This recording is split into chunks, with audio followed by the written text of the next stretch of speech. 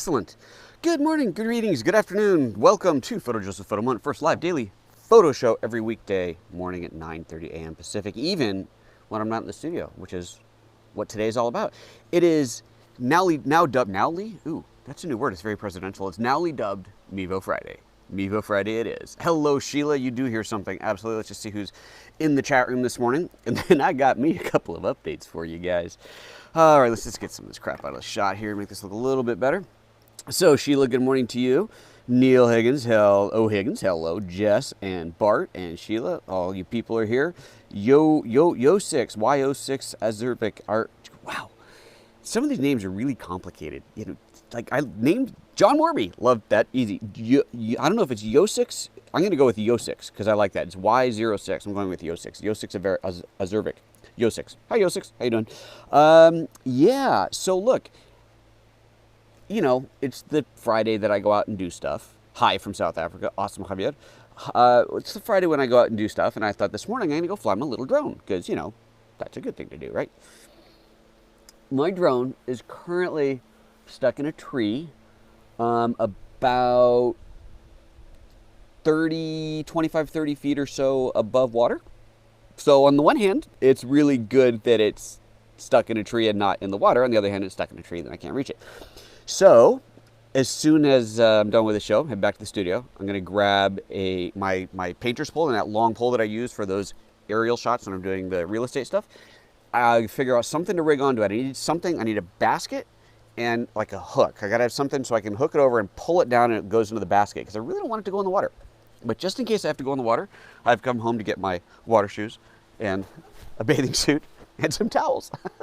I went down to where it is. I stood right underneath it, and it's, depending on which way it falls, it would either land on a big, huge, slippery rock or into water full of big, huge, slippery rocks. And this is right at the base of a small waterfall. Let's see here. I don't know how well you guys will be able to possibly see this thing, but let's see here. Let's see if we can kind of get some of the reflections off of that. A little glary on there, but there is the Mevo in the tree. Now, the good news is obviously that I know where it is and I can physically get to it, assuming I can manage to pull it down. But the problem, well, as long as I can get it back, that's what matters. Even if it goes in the water and totally dies, I've got the insurance so I can get a replacement for it. It just takes time. I don't even know how long that takes, but I'll get a replacement. But I do have to get it back. If it falls in the water and goes shooting down the river, well, I can recover it. So, Eduardo's saying maybe a net will be better. So what I was thinking, originally my thought was get a pool scraper net. You know those big nets for getting leaves out, get a really long one. And I thought that would be good. But then I'm thinking, I have no idea if it's barely tenuously holding onto the branch or what I figure is it's got, you know, it hit the propellers and it wrapped around and it's really stuck in there. That's kind of what I'm figuring, but I don't know. It was out of sight when I was flying it. Just not because it was too far away that so far out away that it was out of sight, but it was at a distance and there were trees behind it and I just couldn't see. And I was getting all these beautiful shots right at the edge of this waterfall. It's a reservoir and there's a little waterfall off, but it's really cool. I was hovering right above that, looking down, looking up, and I had shot a bunch of stuff there.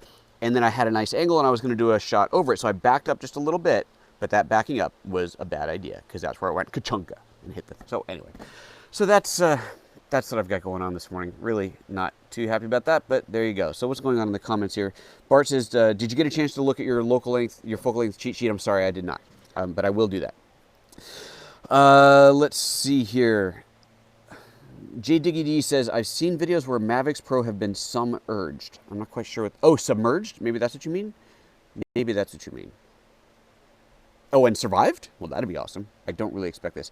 Ryan says, send another drone up to knock it loose. Gee, thanks. I'm sure Chris would be really thrilled to hear that. Submerged underwater, brought back, dried out, and worked. Well, that'd be nice, as long as it doesn't hit the rocks. There's a chance. Originally, I was thinking, so here's what I did. I stood underneath it, took off my shoes so I could stand in the water, but even that's a little risky because it's not like it's a smooth water. It's all these rocks that are undoubtedly slippery, and one slip, step, and off I would go. But, you know, all in the name of getting your drone back. So I stood underneath it, and then with the remote, I was trying to start the motor, but it wouldn't start. You know, nothing. I couldn't get it to move at all. I figured maybe if I could get it to try and start, it might wiggle. No, it didn't work. Anyway, Oh, we'll see. Bart says, I had a drone crash into an icy lake. Props cut a hole in the ice. Good Lord, what drone were you flying, man? Military grade? Luckily, it was shallow. I dove in and got it through the ice. You are a brave man. Was able to take it apart and dry it out and rebuild it. It still works. Wow, that's pretty impressive. I need a trained monkey. You know, I have one, but he's 2.5. He's my son, and I don't think setting him up a tree would be a good idea. He's only marginally trained. If it does get wet, pull the battery immediately. Do not try to turn it on. Absolutely, bag of rice, etc. will leave for 24 to 36 hours. Yep, absolutely. Well noted. Good point on the battery. But yeah, we'll do that. And my first goal is going to be to get the memory card out so I can save the pictures. That's my first priority. Get that and then the battery. Yeah.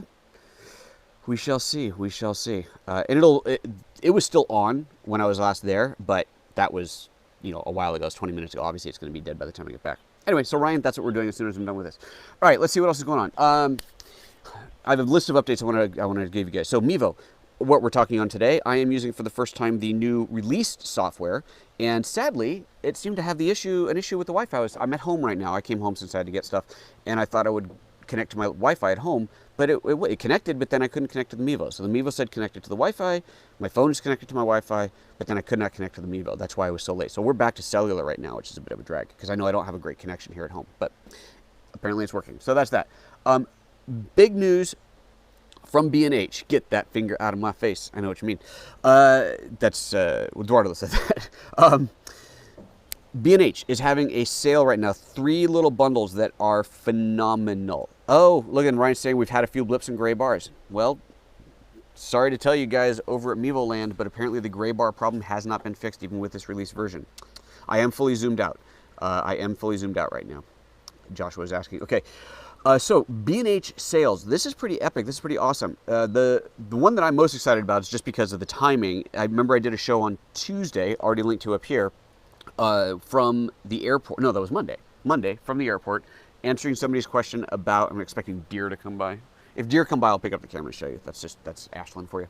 On the GX85, the GX85 is a bundle that is now $300 off of its normal price, which is now $100 off what it was when I first talked about it on Monday. So I'm looking at my notes here. It's the GX85 with that 12 to 32 mil lens, which I'm not a fan of, but someone else had commented, hey, you got to give that lens another chance. It's actually really good. Super cool. So you can get that bundle now for $498 US.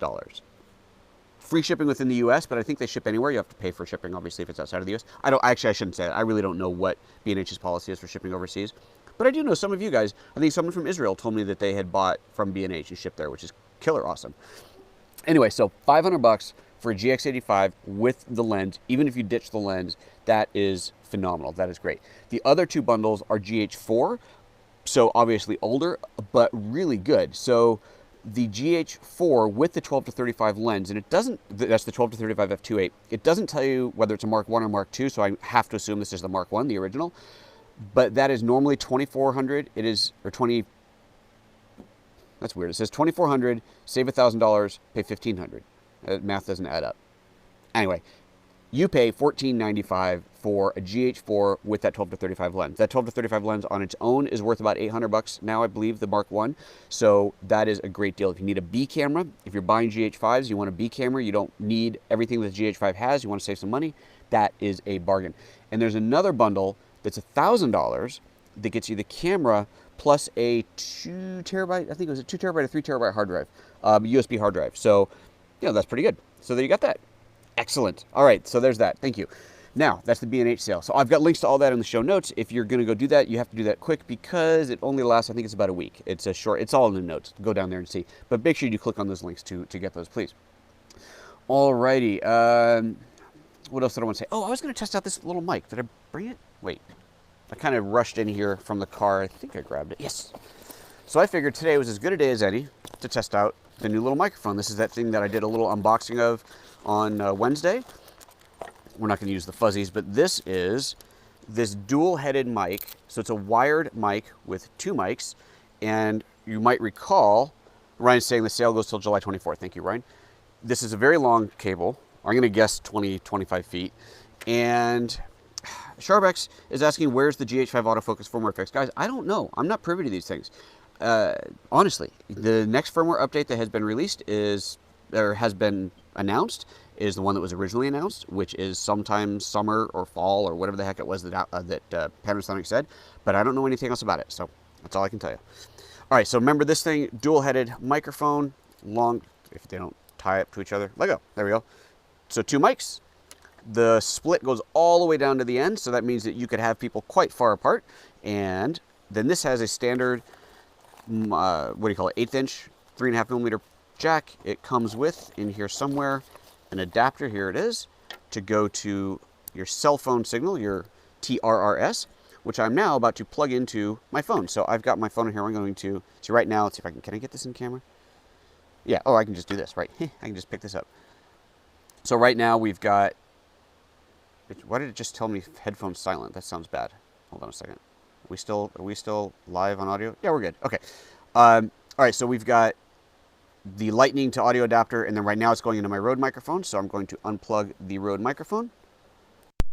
And these mics. So here's one of the things I want to know. I'm going to put one far away. And let's make sure that with this one, I am actually, so let's actually clip this on, that I am not just on one channel. So what I want to know now, for those of you on stereo speakers, is are you hearing me out of both channels, as you should, as kind of a mono mix, or are you hearing me just on one channel, which would be really bad. That would be really crappy. This is kind of my one big issue with this. And also, obviously, I want to hear how the sound compares. How does this sound compared to the mic that I just had on? So you hear cracking. Martin hears cracking. Well, hopefully, maybe, I know you guys are like 30 seconds or so behind me. So hopefully the cracking was just part of the connection. But otherwise, I do want to know what you think. Still hear cracking. Oh no, that's the same message. I'm getting messages crossed here. So let's grab the other microphone that I just dropped into the bushes. I'm going to swap this out, put this one up. So now this is microphone 2 of the 2 microphones. And I don't know where to put this. I think it was a pretty good location for it. Maybe the cracking was this in the leaves, so I shouldn't do that. I'm just going to kind of hide that under the bench there. Okay, so Sharbex is saying sound is good. Ryan said, oh wait, there are other things. Both channels. Ricardo's saying both channels. Excellent. Excellent, both channels. That's good to hear. Okay, so what do you think of the audio quality? You guys tell me. Obviously, I have no idea because I'm not listening to me right now. Only you are. So you have to tell me how the audio sounds. So let's do a little quick comparison. So we're going to do a side by side, well, back and forth. So this is the, what is this thing called again? This is the Comica, C-O-M-I-C-A, Comica mic. And let's find out. So that's that mic.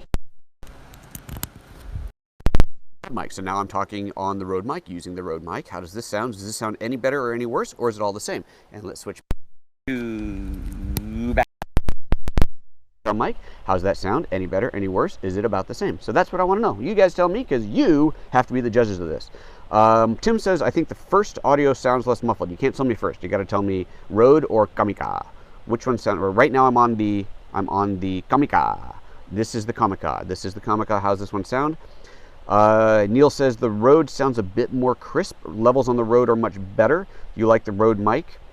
Okay, everybody seems to think the Rode mic is a better sound. The Rode mic is a $100 mic just for the mic itself. I actually don't know what this other one costs because they just reached out and sent it to me. I'm assuming less than $100. So, okay. All right, let's go back to my good mic because I'm bored with this now. All right, get rid of this honking thing. So, it seems to be universally agreed that the Rode mic sounds better. Then it comes down to cost of, does the Comica mic sound good enough for the price? Ryan, see if you can figure out the price on this thing. For the price of what it is. Is that any good? You might want to place the dual lower. Oh, you mean physically? Not too late now. I can also adjust the levels a little bit, but Comica is $25 on Amazon. Okay, so that's really inexpensive. So all right, so is it worth it for a $25 mic, considering it would cost you $200 to get 2 mics from Rode, and this is a $25 dual mic split? There you go. So big, huge cost difference, right? 8 times the difference in the cost, not to mention the other adapters you'd have to get, so it's actually more than that. So there you go. All right, so that's that one. That's what I want to do. Check that off of my list. Sheila says, if it's okay, I have an off-topic question. Is there even a topic today? Of course it's okay. Well, now I got the sun kind of shining on my lens here. I'm trying. Oh, the sun's rising higher. Well, I guess that doesn't work. You guys are going to get a little flare glare going on. Off-topic question. What are the pros and cons of editing 4K on a 2K monitor? If I'm using GH5 DCI 4K format, should I get a DCI 4K monitor? Okay, so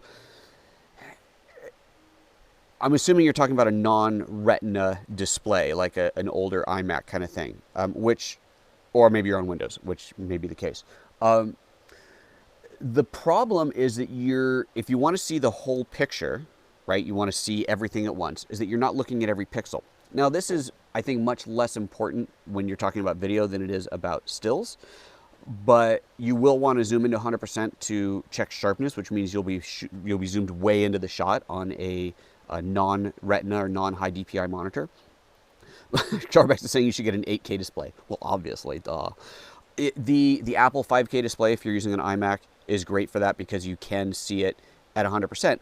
But it's worth keeping in mind that when you're editing, you're not seeing it 100% unless you've got it on a second screen, because you need to have room for your timeline and everything else. And so even on a Retina display, you're still looking at it at 50% if you're editing 4K, kind of a standard setup. So it'll clearly work. I think it just won't look as crisp because you're looking at bigger pixels. But it'll work. It'll absolutely work. Just make sure that you do spot check it. You do zoom into 100%, which is going to look huge on a non-retina screen. But that's what you got to do. So there you go. Hopefully that helps. Martin says, the RØDE is definitely not 8 times the quality. See? Hard choice now. See? That's the thing. That's the thing. Plus, it's worth considering what you're using the microphone for. And I realize we're bouncing around topics like a crazy person now, but that's okay. If you're doing live, like I am right now, then the quality of the mic as it is now matters. Like, that's really important because there's no chance to fix it. There's no chance to make it better. If, on the other hand, you are going to be editing in post, well, what can you do to that sound quality in post? Can you bring that in and adjust the levels, clean up the background noise, and make it sound really good? In which case, well, maybe it's okay to use a bit of a cheaper mic. Well, you can't, there's no substitute for better quality from the beginning, right? It's crap in, crap out. That's just the way it's going to be. But you can always make whatever you get better. If you start with a better mic, you can make it even better. But if you don't have to have the utmost quality from the beginning while recording, and you can get a good enough quality for the output that makes you happy, then this is something to consider. These are all important points to consider. Okay, let's see here. There was a question that came up about camera bags from Dave's Nature Production that I wanted to address here. I don't even need I'm not going to read the question itself. The question was basically, he listed off a ton of gear that he had, and he's asking what bag should he get. And that's, Dave, that's an impossible question to answer because it really depends on about a billion different factors. So let me just give you my theory on bags. You need a lot of them. That's just, there is no one bag. No one bag. You're going to have, I've been buying bags for decades and I still have most of them because whenever you buy a new bag, it's for a reason. Like, oh, this bag does this, the other ones don't, or whatever. There's a reason for it. But you still find a use for older bags. And so you buy the bag that does what it does, that you need it to do now, and you use it now. And then when you decide you need something else, you switch back to an older bag because you got a closet full of them eventually. Or if not, then you just decide whether it's worth going out and buying a new bag right now. Brands, there's always the good brands to stick with, right? Think Tank is great. That's what I've got with me right here. Can't really, actually, let me see if I can show you. This is an older bag. I think I've shown this one to you before, but I love this bag. It's super versatile. Wait, hold on, I gotta zip it up so things don't fall out of it. Well, let me look up the name of it first. I know I've talked about this before. The Shapeshifter. This bag is called the Shapeshifter. And let me zip it up and I will show it to you briefly. This is not the bag that Dave is going to want because Dave wanted to pack way more gear than what this bag will carry. But this is a backpack. And this is not your traditional open it up this way and all the lenses go in like this backpack. This is a backpack that when you open it, so now that I've zipped it up, I'm going to open it. When you open it,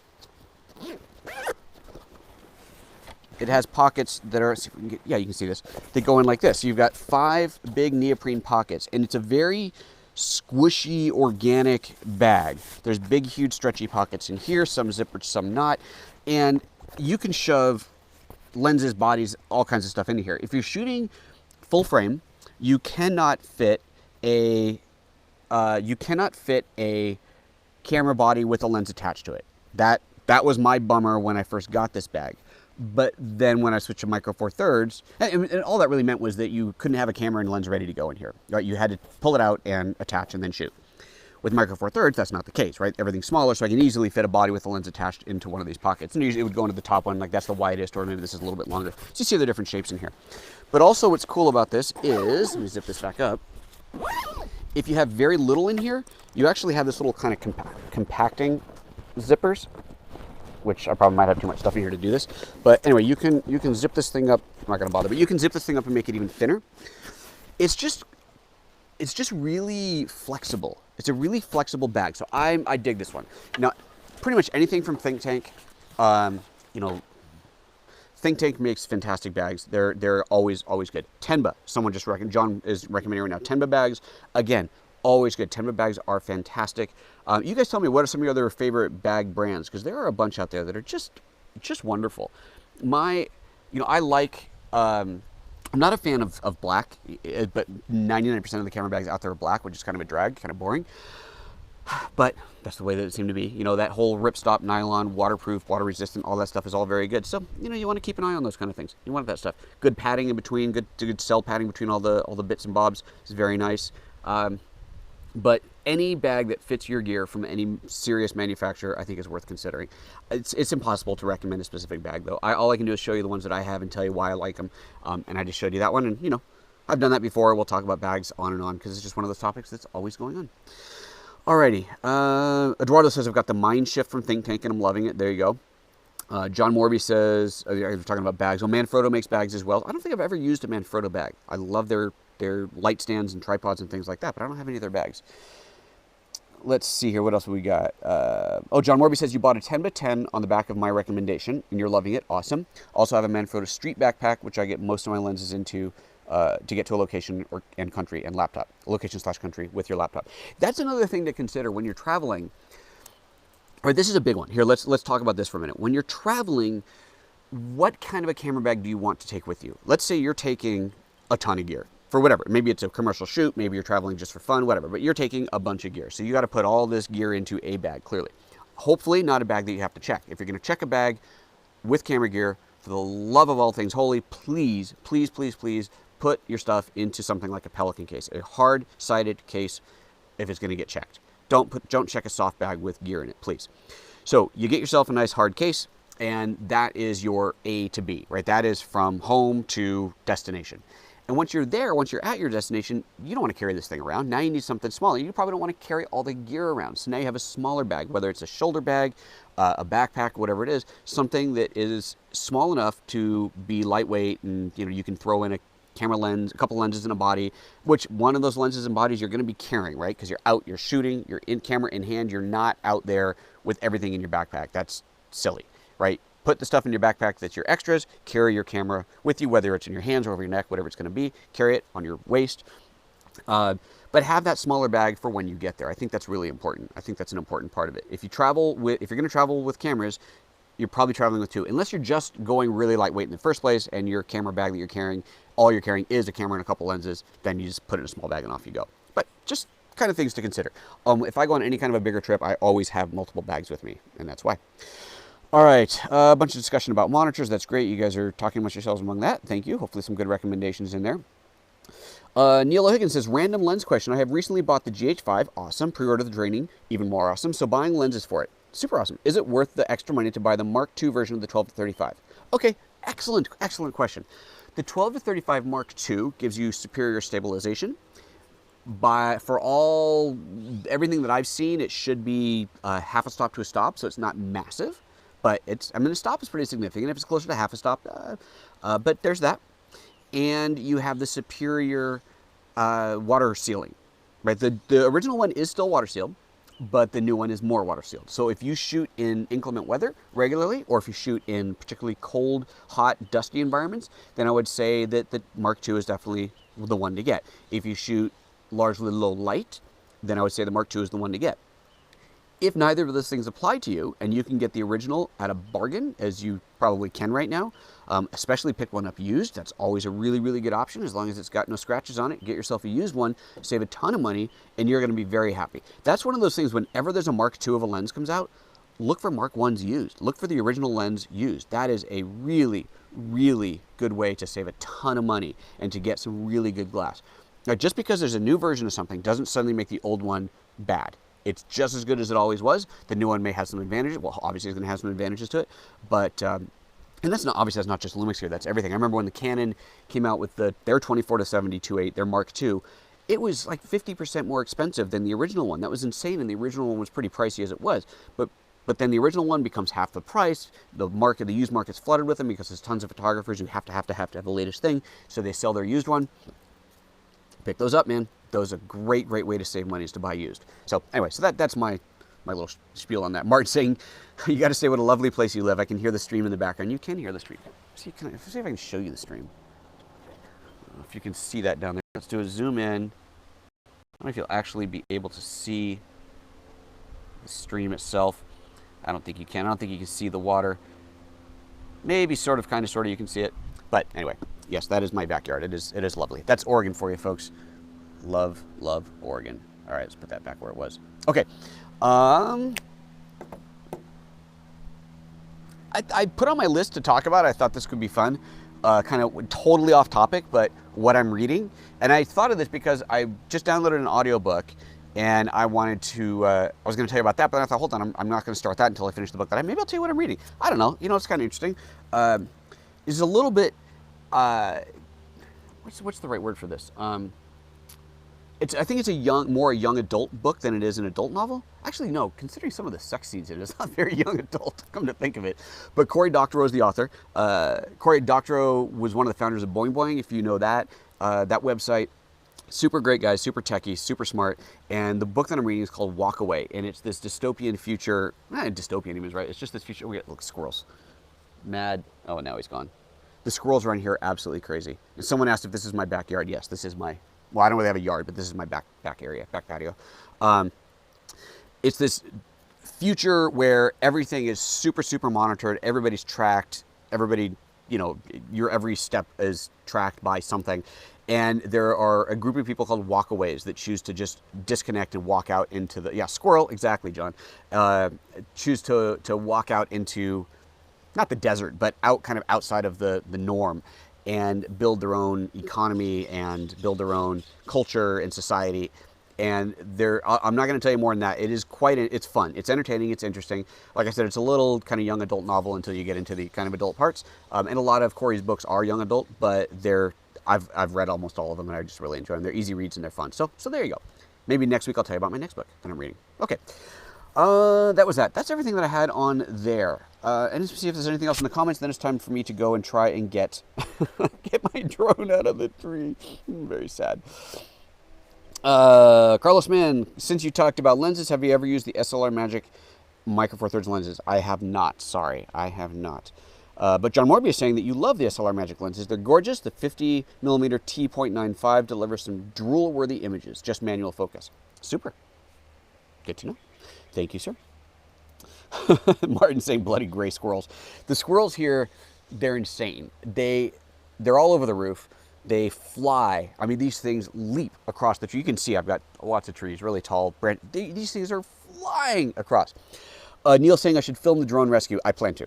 I do plan on setting up a camera to shoot that. Good or bad, I'll share with you what happens. I want to be able to share with you the footage that I was getting, because it was really cool. I've got the captured onto the phone, the cached footage, but I can't show you that now because we're not set up for that. But it is there, so we'll see. We will see. All right, let's see if there's anything else. Yeah, I think I hit everything. Neil says, you're quite welcome for the answer. Does anyone make, Martin saying, does anyone make a bag in a bag solution? Yes, it was Low Pro, I think. I think it was Low Pro that made a really cool bag that was a wheeled case, and it was a hard-sided case, but it was nylon covered. And inside of that would slip your backpack. And I think there was additional room other than the backpack. Bag in a bag. That can be a great solution for sure. For sure. What I will usually do for my dual bag solution is one of the bags is my carry-on. Right? If let's say I'm checking a Pelican. Someone suggested something other than Pelicans. Oh, just okay. There's other comments. I'll scroll back. So if I'm checking a Pelican with a bunch of gear in it, I will still carry some gear with me, no matter what, right? Because you can't rely. If you put everything down below and that gets lost, and you're on a shoot, you're kind of screwed, right? So you got to at least have some gear with you. So I'll carry a backpack or shoulder bag, whatever, that has some gear in it, and that will also be my carry around bag. That's usually how I would do it. I have in the past taken a carry around bag, a bum around town bag, and just flattened it and shoved it into a suitcase. I have done that before, but clearly that's not as efficient. Okay. Bart says, I used to buy petrol bags for video cameras. They got bought by Satchler. The bags are the same, but now they're Satchler red. Okay. Well, are they any good, Bart? I'm assuming they are. You wouldn't be telling us that. Someone had made it. I saw a comment go by that I forgot about the Pelican. Someone said, maybe say that again. Yeah, I don't know where that was. Someone had said, if I like the Pelicans, I got to check out something else. So please repeat that, whoever had said that, in case I can't find it. Looking for other comments. John Morby says, I thought you could walk on water. Wow. Wow. Yeah. Tim says, oh, here we go. This is it. I highly recommend Nanook cases, nanook.com. Compare to Pelican and you may be impressed. Okay, Nanook cases, N-A-N-U-K. Super. Thank you, Tim. Do check that out, folks. Nanook cases. Bart says, SKB Cases has teamed up with Think Tank to make hard cases with Think Tank inserts. One of the inserts doubles as a backpack. Super. Look at that. See? All kinds of great, awesome solutions out there. Very, very good. All right, guys. It's time for me to go on a drone recovery mission. Yes, I will film it. Wish me luck. Hey, tomorrow, remember, I am down in LA, in Riverside, at Image One Camera and Video. If you have not yet signed up, go to their website. Actually, I should check it and see what signups are looking like. If you haven't yet signed up and you do live in the LA area, come by, sign up, come on by. Even if you don't know 100% you can come, but you're going to try and come, sign up. And hopefully we'll see you guys there. It would be awesome. I'd love to meet some of you in person. I know I met a bunch of you guys at NAB earlier this year, which was really, really cool. Hopefully I'll be able to meet some more of you tomorrow. That'd be a lot of fun. It's tomorrow afternoon, so I fly into LAX tomorrow. Even though, so it's Saturday, I wouldn't normally do a photo moment, but I might end up doing one during the photo walk, or maybe from the Image One store, because I am going to talk a bit about live streaming, and so I might actually do an example live. So just look for a spontaneous pop-up and tune in if you can. All right, here we go. Let's see how many people are signed up for this workshop so far. And it's free. It's a free workshop, which, you can't beat the price. Still shows 19, same as yesterday, which is a good number, but let's get some more. Let's try and bake 25 or 30 or 50. Woohoo! Show up, guys. That'd be awesome. Okay, imageonecamera.com. Imageonecamera.com. Be sure to check that out. I've also linked to it on Twitter and so on. And Ryan, if you haven't, do me a favor and tweet that out again. Let's make sure make sure everybody knows about that. All right, I guess that says good luck. I think I'm going to need it. Take care of yourselves, everybody. Have yourselves a wonderful weekend. If I don't see you again, I'll see you next time. Bye-bye.